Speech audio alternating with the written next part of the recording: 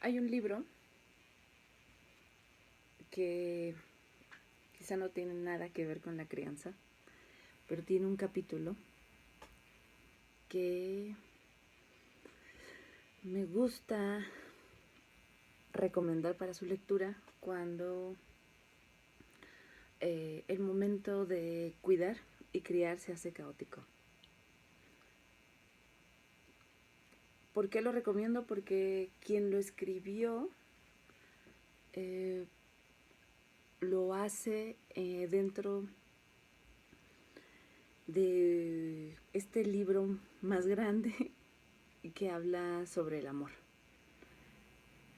Y pone en este libro a casi como si fuera una revisión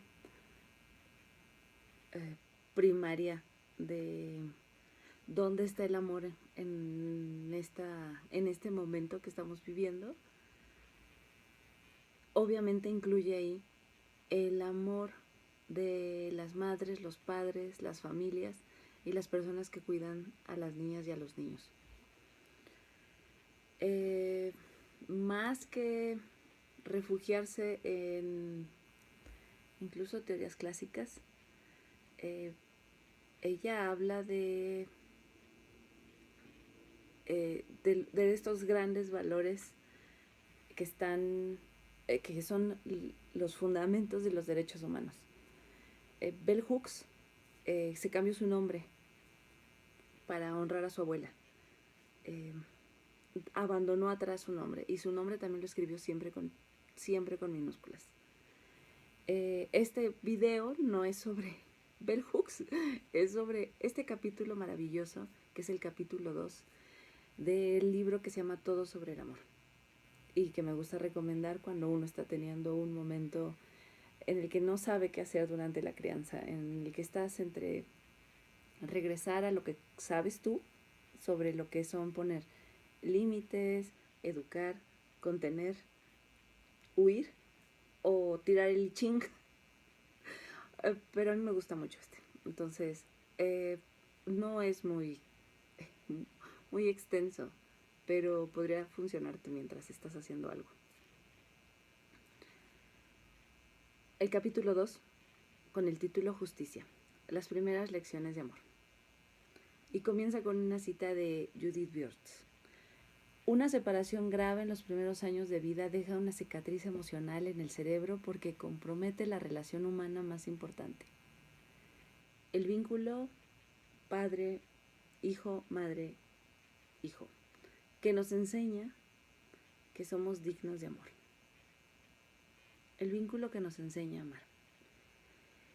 Si carecemos del apoyo de este primer apego, no podremos ser una persona completa y hasta podemos tener dificultades para ser humanos. Fin de la cita. Y comienza ahí a escribir. Aprendemos lo que es el amor en la niñez, sea funcional o disfuncional, caracterizada por un ambiente de felicidad o por un clima de mayor crispación. La familia es nuestra escuela de amor. No recuerdo haber sentido nunca la necesidad de preguntar a mis padres qué es el amor.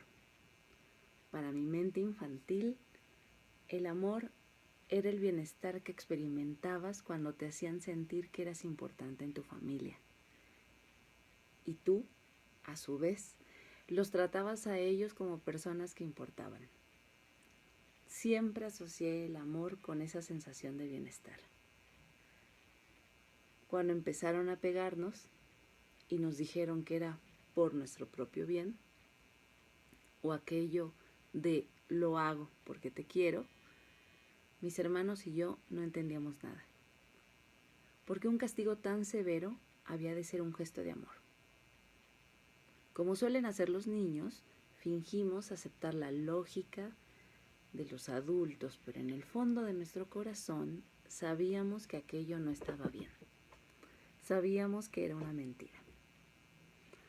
También fue una burda patraña lo que nos decían después de propinarnos un severo castigo. a mí me duele más que a ti. Nada crea más confusión en la mente y el corazón de un niño que un castigo injusto o cruel, impuesto por los adultos a los que se les ha enseñado a amar y respetar. Los niños que sufren este tipo de situaciones pronto empiezan a preguntarse por el significado del amor y aunque dudan de su existencia, lo anhelan. Por otro lado, hay muchos niños que crecen confiados en que el amor es un sentimiento bueno, niños que nunca son castigados, a los que se les permite creer que el amor significa ver sus necesidades y deseos satisfechos. En su mente infantil, el amor no es algo que ellos tienen que dar, sino mayormente algo que se les da. Incluso cuando se les consiente demasiado, sea materialmente o permitiéndoles comportarse mal, se puede hablar de una forma de abandono. Estos niños, aunque no son maltratados ni desatendidos en los cuidados más básicos, no tienen tan claro el significado del amor como aquellos que sí, que están descuidados y abandonados emocionalmente. Ambos grupos han aprendido a pensar en el amor sobre todo en términos de bienestar, según una lógica de recompensa y castigo. En la infancia, muchos de nosotros nos sentíamos queridos por nuestros padres cuando hacíamos algo que les gustaba y aprendimos a expresarles nuestro amor cuando nos hacían felices. Al crecer, los niños empiezan a asociar el amor con actos de atención, afecto y cuidado, y siguen pensando que los padres que intentan satisfacer sus deseos les dan amor. No hay ningún niño que, independientemente de su origen o clase social, no afirme que quiere a sus padres y que es querido por ellos. Hasta los que han sufrido maltratos o vejaciones verbales comparten esta apreciación. Cuando le pido a alguno de ellos que me explique qué es el amor, los niños pequeños coinciden que es una sensación de bienestar, como cuando comes algo que te gusta muchísimo, especialmente si es tu comida favorita. Mi madre me quiere, suelen decir, porque me cuida y me ayuda a hacer lo correcto. Cuando les pregunto cómo amar a alguien, me hablan de abrazos y besos, de ternura y mimos. La creencia de que ser amado significa obtener lo que se quiere, ya sea un abrazo, un suéter nuevo o un viaje a Disneylandia, dificulta que los niños tengan una comprensión emocional más profunda. Nos gusta pensar que la mayoría de los niños van a venir al mundo en una familia que les dará el amor que necesitan. Sin embargo, si los padres o los adultos que ocupan su lugar son incapaces de amar, el amor brillará por su ausencia. Por lo general, las familias cuidan de alguna manera a sus hijos, pero el amor puede no ser constante o no existir en absoluto.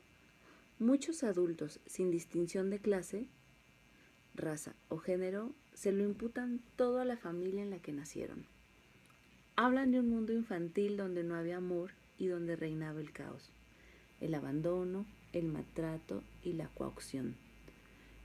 En un libro reciente, Why Does America Fail Its Children? Algo así como ¿por qué América le falló a sus niños?, de la autora Lucia Hodgson, aborda la falta de amor en la vida de una enorme cantidad de niños de Estados Unidos. Cada día, en nuestra sociedad, miles de niños son maltratados física o verbalmente, cuando no torturados, asesinados o muertos por inanición, sin voz colectiva ni derechos reconocidos. Son auténticas víctimas del terrorismo privado. Los niños son y siguen siendo propiedad de los adultos, que en su papel de padres pueden hacer con ellos lo que quieran. No puede haber menos amor sin justicia. No puede haber amor sin justicia. Hasta que la cultura en la que vivimos no haya aprendido a respetar y defender los derechos civiles fundamentales de los niños, niñas, la mayoría de ellos no llegará a conocer el amor. En nuestra sociedad, el hogar privado es la única esfera institucionalizada de poder que fácilmente puede convertirse en autocrática y fascista. Los padres son regentes absolutos que pueden decidir sin interferencias externas lo que es bueno para sus hijos. Si los derechos del niño y la niña no se respetan en una familia, los niños y las niñas no tienen medios legales para hacerlos valer. A diferencia de las mujeres que han podido protestar contra la dominación sexista, reclamando la igualdad de derechos y la justicia para ellas mismas. Los niños, si son explotados y oprimidos en el hogar, solo pueden confiar en hallar adultos dispuestos a ayudarles. Todos sabemos que sea cual fuere la clase y la raza a la que pertenezcan, las personas adultas rara vez intervienen para cuestionar lo que un padre y una madre hacen con sus hijas e hijos.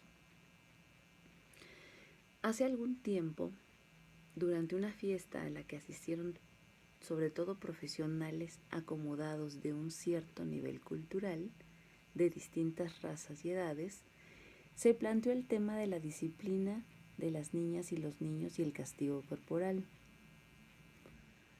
Casi todos los invitados mayores de 30 años sostenían que era necesario recurrir al castigo físico. Muchos de ellos habían recibido golpes, azotes o bufetadas cuando eran pequeñas personas. Los hombres eran quienes más defendían la mano dura. Las mujeres, casi todas madres, dijeron que para ellas el castigo físico era el último recurso y que no dudaban en utilizarlo cuando era necesario.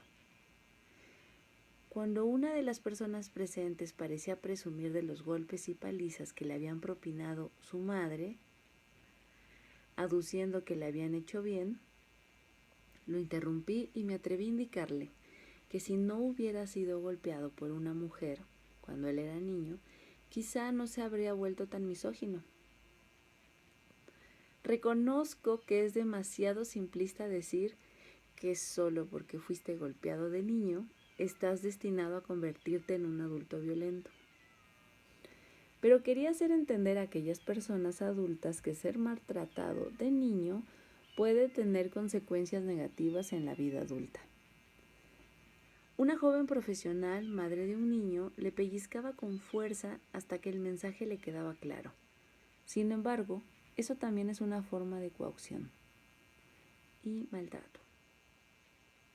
Los demás invitados no lo percibieron así y apoyaron los métodos de la joven madre y su marido. Me quedé atónita. Fui la única persona que salió en defensa de los derechos de los niños. Más tarde, ya hablando con otras personas, señalé que si un hombre nos hablara de su costumbre de pellizcar a su esposa o pareja cuando hacía algo que no le gustaba, nos quedaríamos atónitos. Todos, sin excepción, habrían considerado tal comportamiento como una forma de coacción y abuso, pero en cambio no podían admitir que estaba mal aplicado a un niño. Quienes eran padres aseguraban que ellos querían a sus hijos y todos eran personas con estudios universitarios, que en su mayoría se consideraban progresistas, defensoras de los derechos civiles y feministas. Pero cuando se trataba de los derechos de las niñas y los niños, adoptaban un criterio diferente. Uno de los mitos culturales que es preciso desmontar si queremos que nuestra sociedad aprenda a amar mejor es el que permite a los padres creer que el maltrato y el desamparo pueden coexistir en el amor. Sabemos que el maltrato y el desamparo niegan y destruyen el amor. Los fundamentos del amor son el afecto y la confirmación, exactamente lo contrario del abuso y la humillación. Nadie puede alegar que da amor cuando se comporta de manera ofensiva. Sin embargo, en nuestra sociedad, los padres lo hacen continuamente. A los niños se les dice que se les quiere, incluso cuando son maltratados. El hecho mismo de que existe el maltrato es una prueba de la incapacidad generalizada de amar.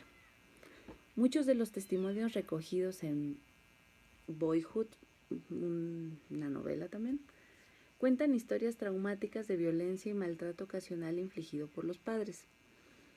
En el capítulo titulado Cuando mi padre me pegaba, Bob Shelby describe el sufrimiento que le causaban sus continuas palizas y apunta: estas experiencias me hicieron darme cuenta de lo que es el abuso de poder.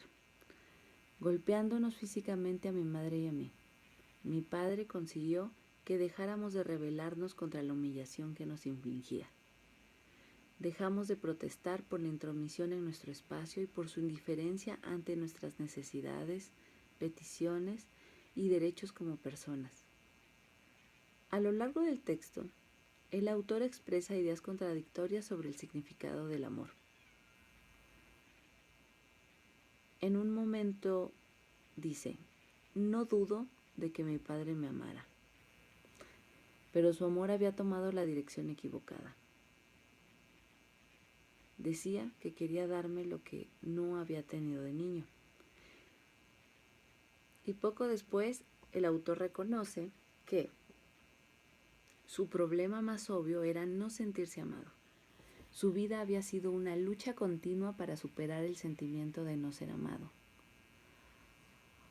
Por la forma en que Shelby describe su infancia, está claro que su padre lo quería y que lo cuidaba de vez en cuando, pero no sabía cómo dar y recibir amor. Y el afecto que sentía por su hijo quedaba socavado por el continuo maltrato. Al observar el pasado desde una perspectiva adulta, Bob Shelby habla del impacto que la violencia física tuvo en su psique cuando era niño. Cuanto mayor era el dolor físico que mi padre me infligía, mayor era la herida en mi corazón. Me di cuenta de que lo que más me dolía era mi amor por el hombre que me pegaba. Por eso cubrí mi amor con un oscuro manto de odio.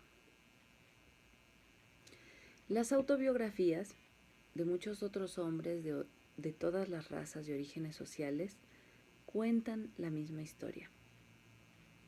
Uno de los clichés que suelen contarse sobre la ausencia de amor es que solo se da entre los pobres y los desposeídos. Nada más lejos de la realidad. Entre la miseria y la carencia de bienes materiales, por un lado, y la falta de amor por el otro, no hay relación de causa y efecto. Incluso cuando los privilegios materiales abundan, los niños sufren abandono y maltrato emocional. Para superar las heridas infligidas en la infancia, muchos de los hombres cuyo testimonio aparece en Boyhood se han visto obligados a recurrir a alguna forma de ayuda terapéutica. Para encontrar el camino de vuelta al amor, primero tenían que curarse. En nuestra cultura hay muchas personas que nunca se recuperan de las experiencias negativas de la infancia. Los estudios en este campo muestran que los niños y las niñas que son violentamente humillados y maltratados repetidamente sin que nadie intervenga para protegerlos y cuidarlos, tienen muchas posibilidades de convertirse en adultos disfuncionales y de estar predispuestos a utilizar la violencia contra otras personas. En el capítulo titulado Cicatrices del libro Finding Freedom de Jarvis J. Master, cuenta que se dio cuenta de que la mayoría de las cicatrices que cubrían el cuerpo de sus compañeros de prisión, no todos condenados al corredor de la muerte, no eran el resultado de peleas violentas de adultos, sino más bien la señal de los golpes recibidos cuando eran niños por parte de sus padres o las personas encargadas de cuidarlos. Sin embargo, ninguno de ellos se consideraba una víctima de maltrato en la niñez. Y cita: Durante mis muchos años de reclusión, para mí y para muchos de mis compañeros, la prisión representaba inconscientemente un refugio. No empecé a reflexionar sobre mi infancia hasta que leí algunos libros destinados a adultos que habían sido víctimas de maltrato en la niñez. El autor cuenta las discusiones de grupo que organizó entre los prisioneros y ahí se sincera. Cita. Les conté el sufrimiento que había arrastrado conmigo en más de 12 prisiones distintas y les expliqué que había terminado atrapado en una furiosa ira contra todo y contra todos. Fin de la cita. Al igual que tantos niños y niñas que son maltratados, aquellos hombres habían sido golpeados por su madre, su padre y otras figuras de cuidado. Cuando muere la madre de Jarvis J. Master, él se aflige por no poder estar junto a ella. Sus compañeros de prisión no lo entienden, pues a fin de cuentas fue su madre quien lo había desatendido y lo trataba muy mal. Él respondió: porque ella no me haya cuidado, ¿debo también yo desatenderme a mí mismo negando que me hubiera gustado estar cerca de ella? ¿Que todavía la quiero? Que me hubiera gustado estar cerca de ella cuando murió. Incluso en el corredor de la muerte, Jarvis sigue teniendo abierto el corazón y puede reconocer con toda sinceridad su profundo deseo de dar y recibir amor. Rara vez, las ofensas infligidas por los padres u otras figuras de cuidado, materno y paterno, alteran el deseo de un niño de amarlos y de ser amado. Los que han sufrido traumas en la infancia no dejan de aspirar al amor de sus padres, aunque sepan que ese amor nunca llegará. Las niñas y los niños a menudo quieren quedarse con sus madres, padres o con las personas a las que se les confía su cuidado, porque han hecho una fuerte inversión emocional en ellos. A pesar de los malos tratos que han sufrido, que a menudo tienden a negar, se aferran a la ilusión de que sus padres los quieren y solo recuerdan las escasísimas muestras de afecto que les demuestran. En el prólogo del ensayo Crear Amor, John Bradshaw, ahí lo va a citar muchas veces en este libro, habla incluso de mistificación. Y abre citas. Crecí creyendo que el amor iba unido a las relaciones de sangre. Para mí era normal querer a cualquier miembro de la familia. El amor no fue nunca una elección. El amor que me enseñaron estaba hecho de deberes y obligaciones. Mi familia me enseñó las reglas de nuestra cultura. Confundían el amor con algo que hoy llamaríamos maltrato. Fin de esa cita. Y ella retoma el texto, su texto. Si queremos eliminar los prejuicios y los clichés sobre el significado del amor y el arte de amar, cuando hablamos con las niñas y los niños tenemos que utilizar definiciones precisas y bien pensadas, dejando claro que el amor nunca puede estar mancillado por el maltrato.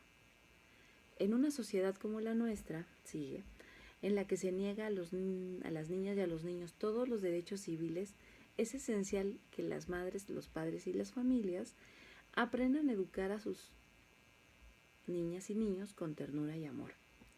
Poner límites y enseñar a las niñas y a los niños a adoptar pautas para comportarse bien es una parte fundamental de la crianza. Cuando una persona cuidadora recurre al castigo para imponer disciplina, las niñas y los niños no tienen otro modelo de conducta frente al que reaccionar. Una madre o un padre cariñosos harán cualquier cosa para enseñar disciplina sin recurrir al castigo. lo cual no significa que nunca haga uso de él, pero si lo hace, será solo para imponer una limitación temporal o una reducción de privilegios. Una madre o un padre que sean cariñosos se preocupan principalmente de enseñar autodisciplina a sus hijas e hijos y de que asuman la responsabilidad de sus propios actos. Dado que casi todos nosotros venimos de familias donde la principal, sino la única herramienta para enseñar disciplina era el castigo, la mayoría no podemos concebir que se pueda prescindir de él. Una de las formas más fáciles de transmitir la disciplina a las niñas y a los niños es enseñarles a ser ordenados en su vida diaria, a poner en su sitio lo que han dejado tirado por ahí. Enseñar a una niña o un niño a guardar los juguetes después de jugar con ellos es una manera de enseñarles responsabilidad y autodisciplina.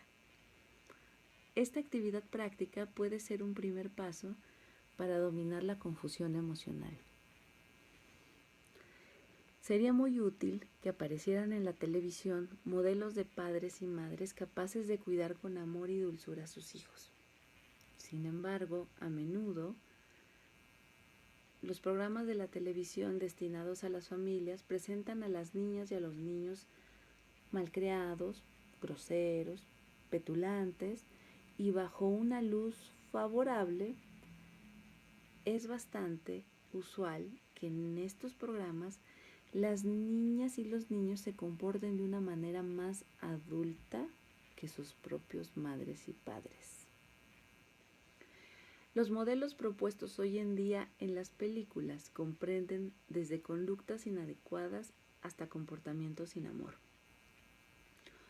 Uno de los mejores ejemplos es Solo en casa.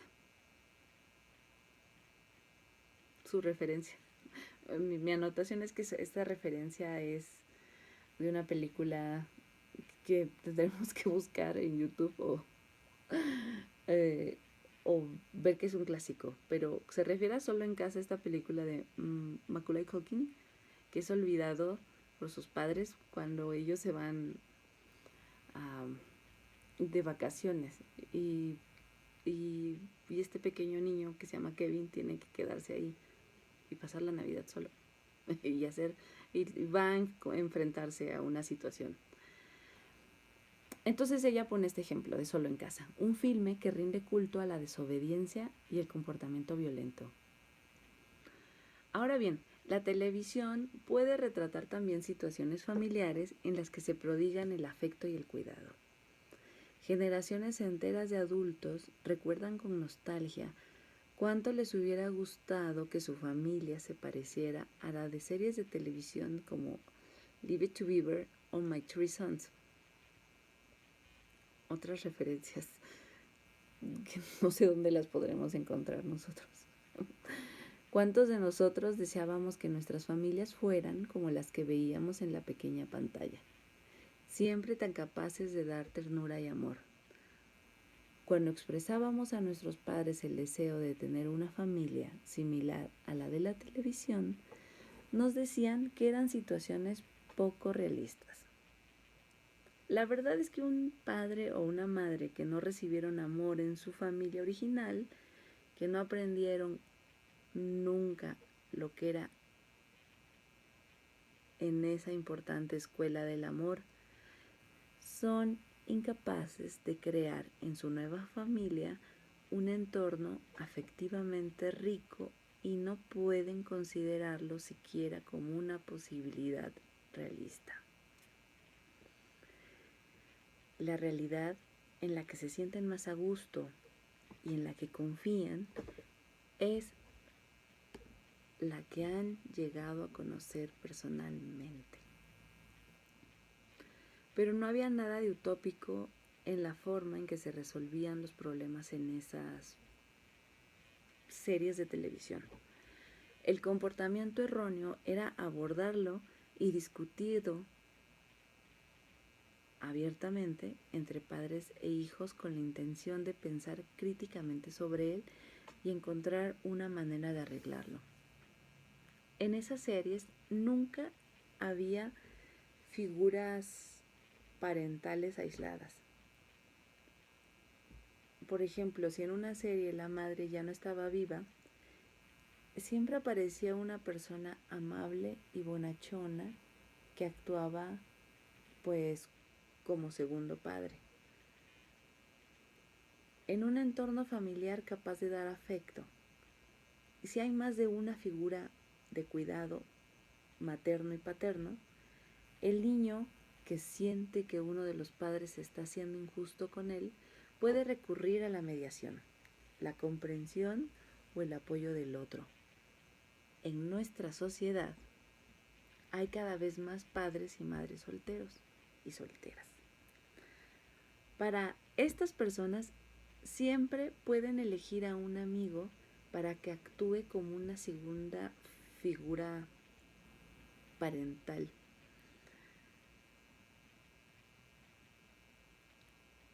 Aunque no tengan demasiado contacto con él. Por eso, la figura del padrino y la madrina desempeñan un papel tan importante. Cuando mi mejor amiga de la infancia decidió tener un hijo, pero sin vivir con el padre del niño, decidió que yo fuera la madrina del retoño. Y de este modo me convertí en una segunda figura paternal. La hija de mi amiga acude a mí cuando hay un malentendido o un problema de comunicación entre ella y su madre. Voy a darles un pequeño ejemplo. Mi amiga, que nunca recibió la paga semanal cuando era niña, creía que no disponía de suficiente dinero para darle regularmente ese domingo o esa paga semanal a su hija. Además, estaba convencida de que la niña usaría todo el dinero para comprar caramelos y golosinas.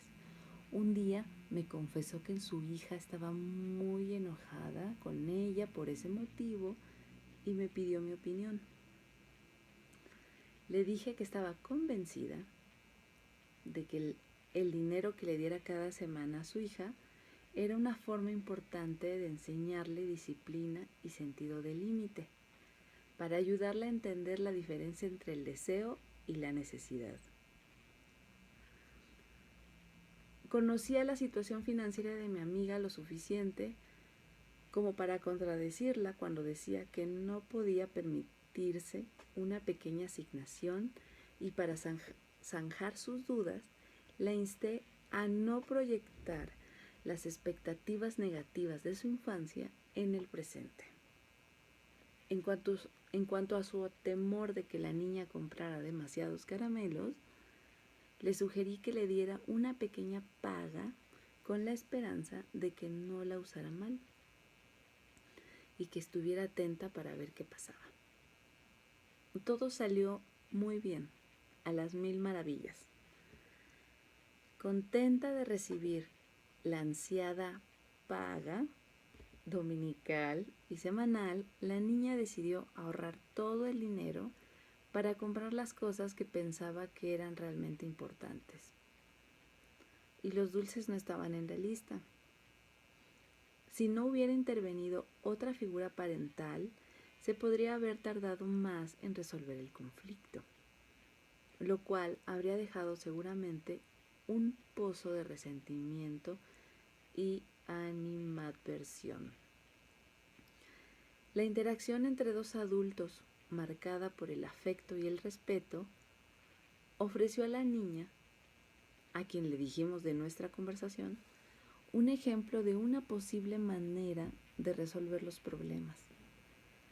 Al mostrarse dispuesta a aceptar las críticas y ser capaz de reflexionar sobre su propio comportamiento y cambiarlo, la madre, sin perder la dignidad ni la autoridad, hizo comprender a su hija que los padres no siempre tenemos la razón.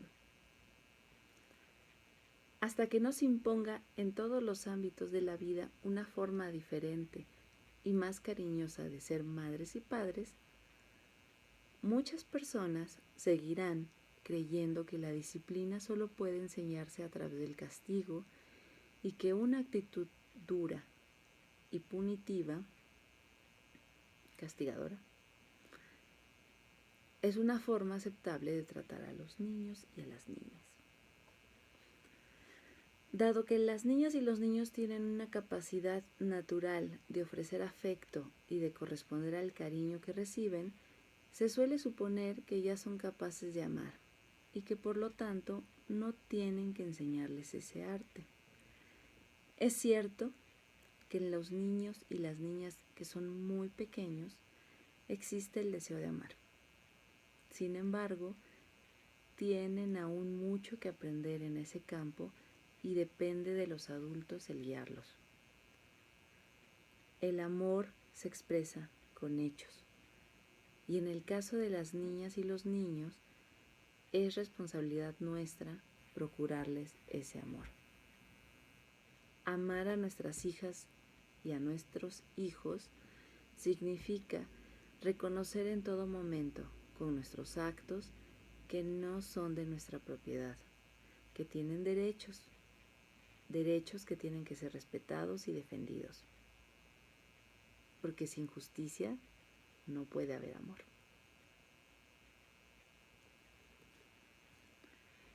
Este gran libro de Bell Hooks tiene 13 capítulos. Y como pueden ver, este capítulo es maravilloso. Entonces, veamos qué sigue.